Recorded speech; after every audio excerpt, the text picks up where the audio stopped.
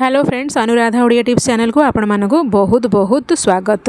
जदि आपण एक संतान पई चेष्टा करूछंती किंबा एहा विषय रे भाबुछंती तेबे आपण बहुत उत्साह एवं आशा अनुभव करुथिबे। एही वीडियो रे मु आपनको कहिबा पई जाउची कि आपण गर्भवती हबार संभावना केमिति बढ़ाई पारिबे ता विषय रे किछि टिप्स। तो चलंतु जानिबा। प्रथमे जानिबा कि प्रति मास रे गर्भवती हबार संभावना केते। साधारणतः गर्भवती हबा को चेष्टा करथवा जणे महिला प्रति मास रे एपरि करिवार संभावना 15 रु 25% मध्य थाए। सही संभावना सत्वे अधिकांश दंपति चेष्टा करिवार प्रथम वर्ष मध्य ही गर्भधारण करते। आपण गर्भधारण करेंगे कि नहीं ताहा अनेक कारण उपर निर्भर करे, जेपरिक आपणकर स्वास्थ्य, बयस, आपणक एवं आपणकर साथी प्रजनन क्षमता एवं आपणकर मासिक चक्र समय सठिक समय शारीरिक संपर्क रखिबा। तो गर्भधारण संभावना वृद्धि करिवार किछि उपाय। प्रथमे आपणकर पीरियड साइकिल बा ऋतुचक्र को ट्रैक करंतु। प्रत्येक नूतन ऋतुचक्र आपणकर मासिक ऋतुस्रावर प्रथम दिन द्वारा चिन्हित होता है। आपणक चक्र को ट्रैक करिया द्वारा आपणक शरीर को भल भाव जानि परिबे, जेउथिरे आपणकर मासिक चक्र बा साइकिल केते लंबा ताहा अंतर्भुक्त। आपणक मासिक साइकिल लंबा होची आपणकर गर्भधारण समय निर्णयकारक।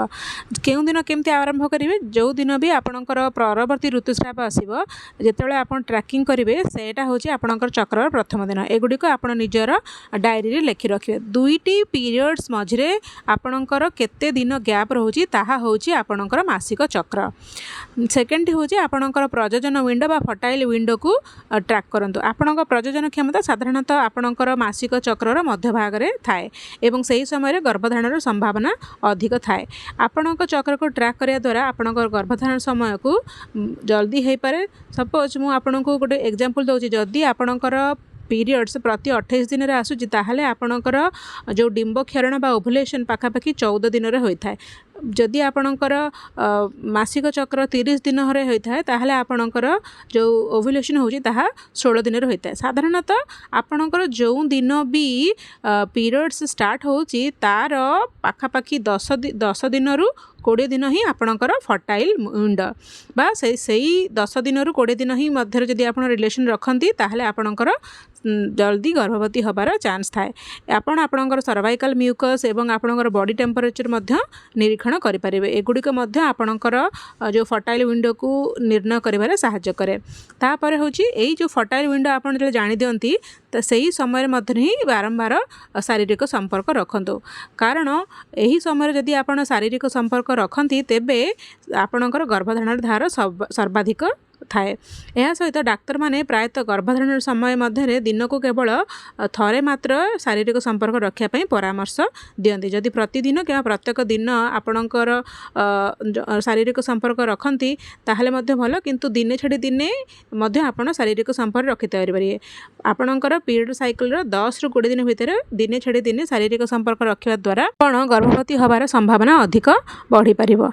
एपरि किछि आसन अछि कि जहाँ गर्भवती हबार संभावना बढ़ाई पारे। एपरि निर्दिष्ट कौनसी पोजिशन संभावना को वृद्धि करे पारे बोली कौनसी वैज्ञानिक प्रमाण नाही, किंतु जो पोजिशन रे आपणक साथीर स्पर्म बा शुक्राणु गर्भाशय निकट रे जमा करिवार सहायता करे सही पोजिशन टी भल। तापरे फोर्थ टिप्स बा चतुर्थ टिप्स होची यौन संपर्क परे बा शारीरिक संपर्क परे किछि समय पाई बा किछि मिनिट पाई आराम करंतु। यौन संपर्क परे ठिया हबा कि बाथरूम जिबा द्वारा स्पर्म आपण सेमानकर गंतव्यस्थल को दूर को नहीं पारे। तेणु शारीरिक संपर्क परे प्राय 15 मिनिट पर्यंत पिठी माड़ी सोइबा द्वारा स्पर्म सठिक दिगरे गति करिवार सहायता होई पारे। ता छड़ा पंचम टिप्स होची जे आपण एही समय कौन सी लुब्रिकांट व्यवहार करंतु नाही। ता छड़ा आपण एवं आपणकर साथी एक सुस्थ जीवनशैली पई चेष्टा करंतु। गर्भवती हवा केवल समय एवं कौशल विषय नुहे, आपणकर स्वास्थ्य उन्नति आनिबा द्वारा मध्य आपणकर गर्भवती संभावना वृद्धि पाई थाए। एही समय फॉलिक एसिड युक्त प्रीनेटल विटामिन ग्रहण करिबा द्वारा भ्रूण विकास रे सहायता मिलता एवं जन्मगत त्रुटि रे मध्य संभावना ह्रास पाई थाए। यही समय प्रोटीन, चर्बी जातीय खाद्य बा कॉम्प्लेक्स कार्बोहाइड्रेट ए सब खाइबा उचित नुहे। स्ट्रेस फ्री बा चाप ह्रास करंतु, व्यायाम करंतु। ए सब व्यायाम करबा द्वारा शुक्राणुर संख्या वृद्धि होई पारे। ता छड़ा गर्भधारण पूर्व मद्यपान सीमित करिया उचित, धूमपान छाड़िबा दरकार एवं स्ट्रेस नबा उचित नुहे। एही सब टिप्स जदि आपण फॉलो करंती ताहले गर्भधारण करिवारे बहुत सुविधा हेबो एवं यह आपनको निश्चय भाव में सहायता करिबो।